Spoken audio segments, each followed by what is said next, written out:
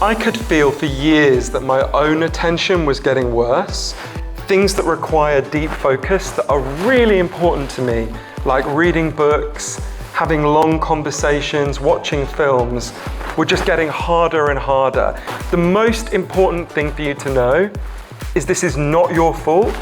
It's not my fault. Your attention did not collapse. Your attention has been stolen from you. Think about another one which is really a problem here in Korea. And this has a huge effect on your ability to focus. So I want to talk to you today about two different crises that are playing out in Korea and almost everywhere in the world right now. And the first crisis is a crisis of focus and attention, which I'm sure most of you are feeling. Now, the average person now focuses for less than 40 seconds when they're at work on any task. And since I was a child, children's attention problems have gone up by 100 times. And the reason this matters is I would just say to everyone here, think about anything you've ever achieved in your life that you're proud of, whether it's starting a business, being a good parent, learning to play the guitar, whatever it is, that thing that you're proud of required a huge amount of sustained focus and attention. All human achievement comes from sustained focus and attention. Attention is our superpower. And the scientific evidence is really clear. When your ability to focus deteriorates, your ability to achieve your goals deteriorates. You start to feel worse about yourself because you actually are less competent. But when you get your attention back, you start to regain that sense of confidence and you become more competent. And the way I started to, as I was researching this, the way I started to think about the attention crisis is imagine you had to drive somewhere. It's really important, you've got to get there, and someone threw a big bucket of mud over your windshield. It doesn't matter what you've got to do when you get to your destination. The first thing you have to do is get that mud off your windshield. And in the same way, we all have more important things, bigger things to worry about than our attention. But if you don't deal with your attention, you're going to struggle to achieve any of the things you want to achieve in life. And I could feel for years that my own attention was getting worse. You know, every year that passed, things that require deep focus that are really important to me, like reading books, having long conversations, watching films, were just getting harder and harder. They were like kind of running up a down escalator, you know. I could still do them, but they were getting harder and harder. And I blamed myself. I thought there was something wrong with me. You are probably blaming yourself. The most important thing for you to know is this is not your fault. It's not my fault. Your attention did not collapse. Your attention has been stolen from you by some really big and powerful forces. But once we understand what those forces are, we can begin to take our attention back. So there's scientific evidence for 12 factors that can make your attention better or can make it worse. And it's really clear, lots of the factors that can make your attention worse have been hugely rising in recent years. And that will become clearer when I give you some examples. So I'll start with an example of something where everyone in this room, this will be happening to for some degree today. So I went to MIT, the Massachusetts Institute of Technology, to interview one of the leading neuroscientists in the whole world, a man named Professor Earl Miller. And he said to me, look, there's one thing you need to understand about the human brain more than anything else. He said, what you need to know is that you can only consciously think about one or two things at a time. That's it. This is a fundamental limitation of the human brain. The human brain has not changed in 40,000 years. It's not going to change in our lifetimes. You can only think about one or two things at a time. But what's happened is we've fallen for a kind of mass delusion. The average person now thinks they can follow 7 forms of media at the same time. So what happens is scientists like Professor Miller, get people into labs and they get them to think they're focusing on more than one thing at a time. And they monitor them. And what they discover is always the same. You can't do more than one thing at a time. What you do is you juggle very quickly between tasks. You're like, what did you just ask me? What is this message on Facebook? What does it say on the TV over there? What is this message on Instagram? Wait, what did you ask me again? So you're constantly juggling. And it turns out that juggling comes with a really big cost. The technical term for it is the switch cost effect. When you switch between tasks, it comes with a cost. You remember less of what you do, you're much less creative, you make a lot more mistakes. This is a really big effect. I'll give you an example of a small study. It was carried out, a scientist went to Hewlett-Packard, the printer company, and he split their workers into two groups. And the first group was told, get on with your task, whatever it is, you're not going to be interrupted. And the other group was told, get on with your task, whatever it is, but at the same time, you have to answer loads of emails and phone calls. So pretty much how most of us live. And at the end of the experiment, the scientists tested the IQ of both groups. The group that had not been interrupted scored on average 10 IQ points higher than the group that had. To give you a sense of how big that is, if you all smoked cannabis now and got stoned, your IQ would go down by 5 points. So being constantly interrupted in the way we are is twice as bad for your intelligence as smoking cannabis. And this is why Professor Miller, this is one of the reasons why Professor Miller says we are living in a perfect storm of cognitive degradation as a result of being constantly interrupted. Or think about another piece of evidence. So everyone here, I'm sure, has their phone with them. You've all been very good at not looking at your phone, thank you. But the one study found, while you're sitting there, you might get a text message. You might think, I'll look at my text message. What is it? That'll take 5 seconds. This scientist discovered if you're interrupted by something as simple as a text message, it takes you on average 23 minutes to get back to the level of focus you had before you were interrupted. But most of us never get 23 minutes without being interrupted. So we're constantly operating at this lower level of cognitive ability. And this is just one of the 12 effects. Think about another one, which is really a problem here in Korea: sleep. Human beings sleep about 20% less than they did 100 years ago. In Korea, it's actually an even bigger decrease in the amount of time you all sleep. You sleep much less than your grandparents used to. And this has a huge effect on your ability to focus. If you stay awake for 19 hours, which doesn't sound like much to me, your attention deteriorates as much as if you got drunk. One of the reasons for this is when you're awake, the whole time you're awake, your brain is building up something called metabolic waste. And when you go to sleep, water washes through your brain and takes this brain cell poop out of your brain and out of your body eventually. If you don't get 8 hours sleep a night, your brain does not clean itself. Your brain is much more clogged up the next day. That's why it's harder for you to think. And lots of people in Korea are kind of permanently clogged because they're not getting enough sleep. So there are many other factors that are harming our attention that I write about in Stolen Focus. But I want to talk about the one that probably came into your mind first, which is the technology we're using. So I spent a lot of time in Silicon Valley interviewing the people who designed the world in which we now live. And the thing that most struck me about them was how ashamed and guilty they feel about what they've done to all of us.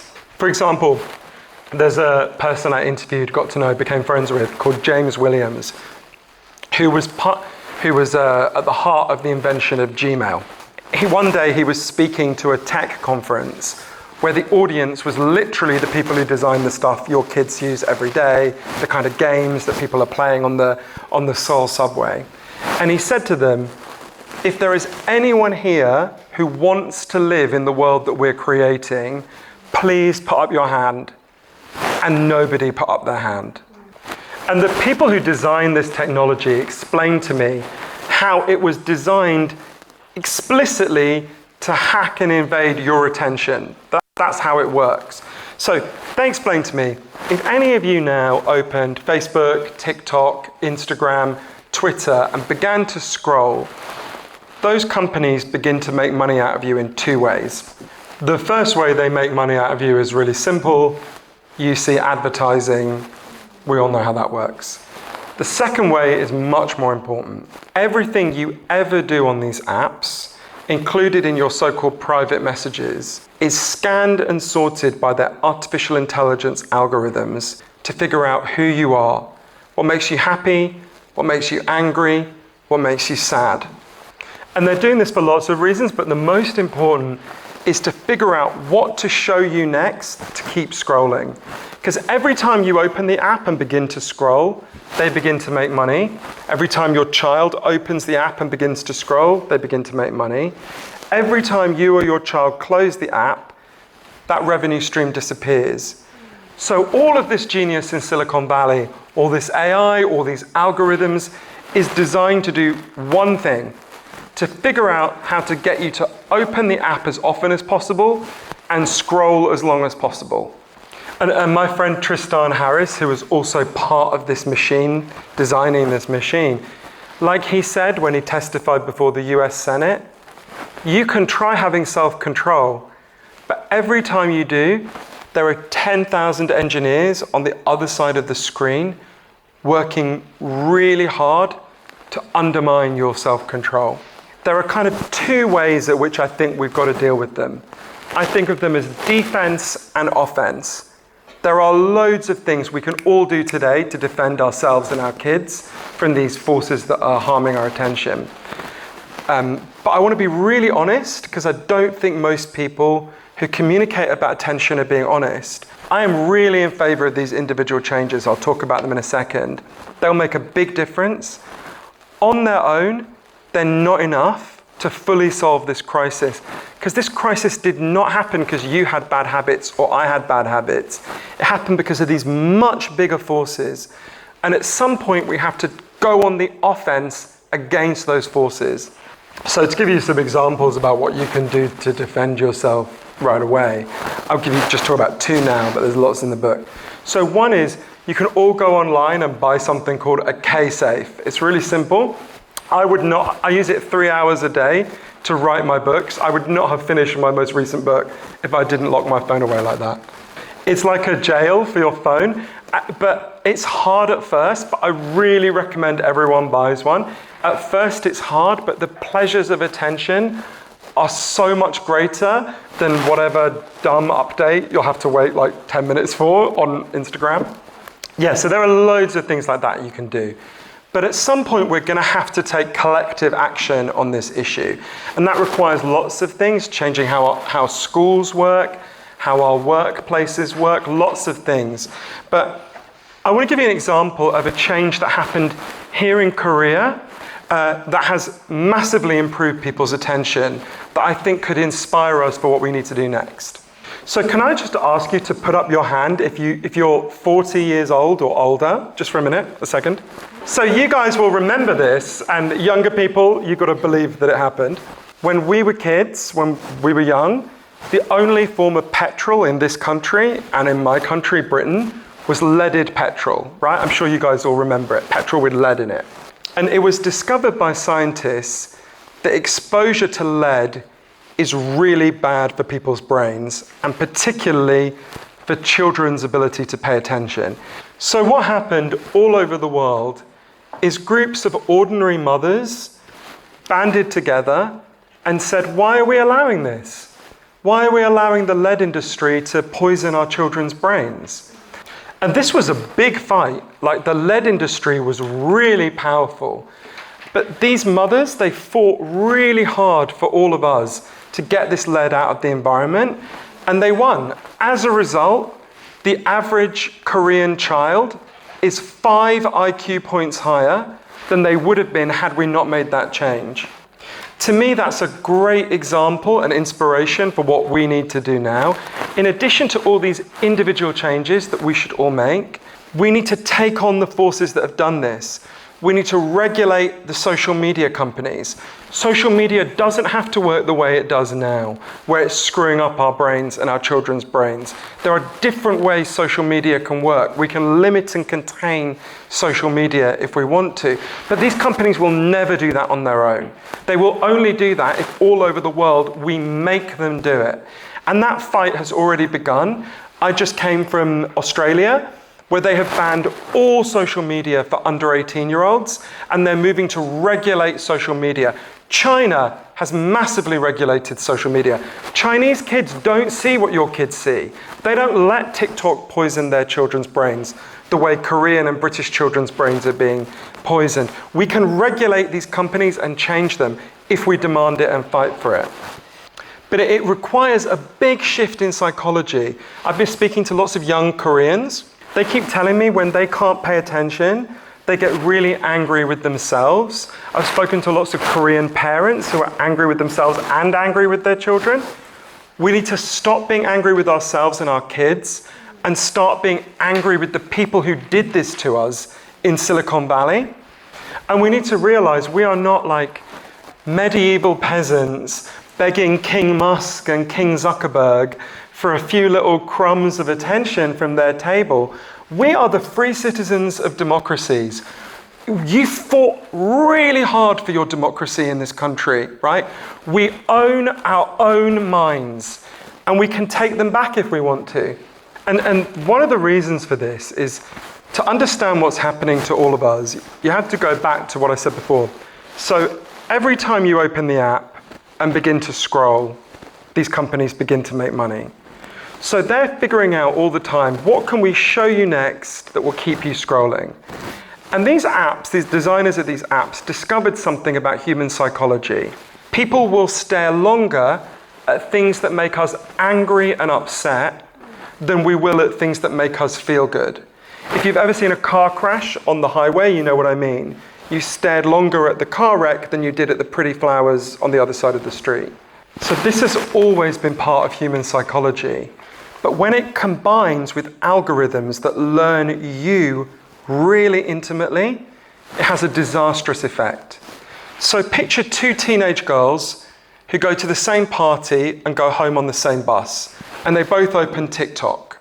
And one of them says, "That was such a great night, we all danced to BTS, I loved it." It will put that video into a few people's feeds.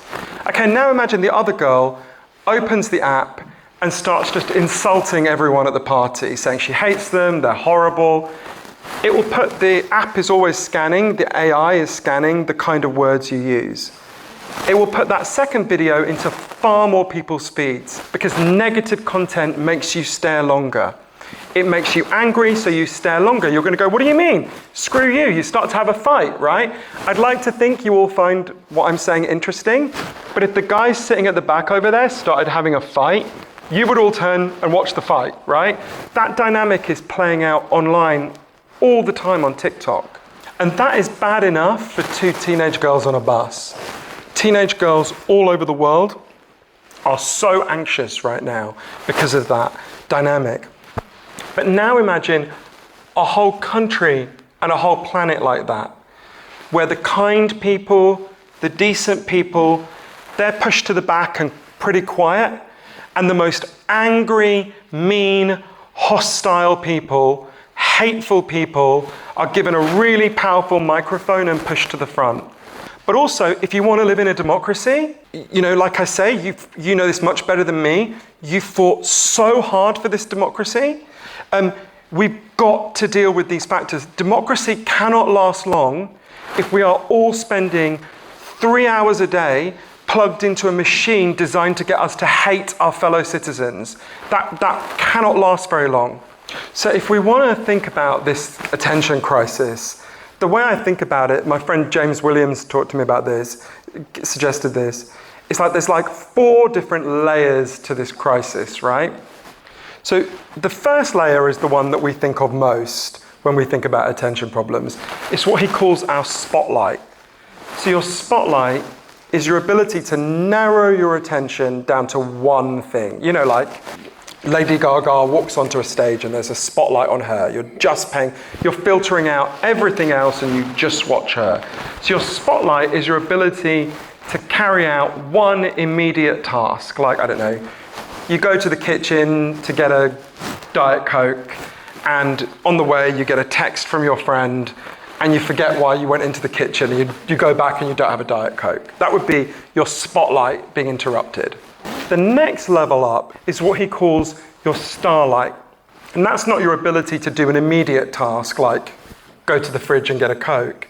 That's your ability to do a long-term task like write a project, set up a business, write a book, be a parent, whatever it might be. And it's called your starlight because when you're lost in the desert and you don't have GPS, you look to the stars and you go, oh yeah, that's where I'm going, right? And that level of our attention is being really disrupted. It's not just our ability to do an immediate thing, it's our ability to do long-term tasks. That's your ability to even figure out what you want your long-term task to be. How do you know what job you want to do? How do you know if you want to be a parent? You have to have time to think, to rest, to let your mind wander. And particularly, I have to say, in this society, I think you are really starved of that, right? With such long work hours for children and older people, so many distractions. It's called your daylight because you can see a room clearly when it's flooded with daylight. And I think that our ability to even figure out who we are is being really, really damaged and disrupted.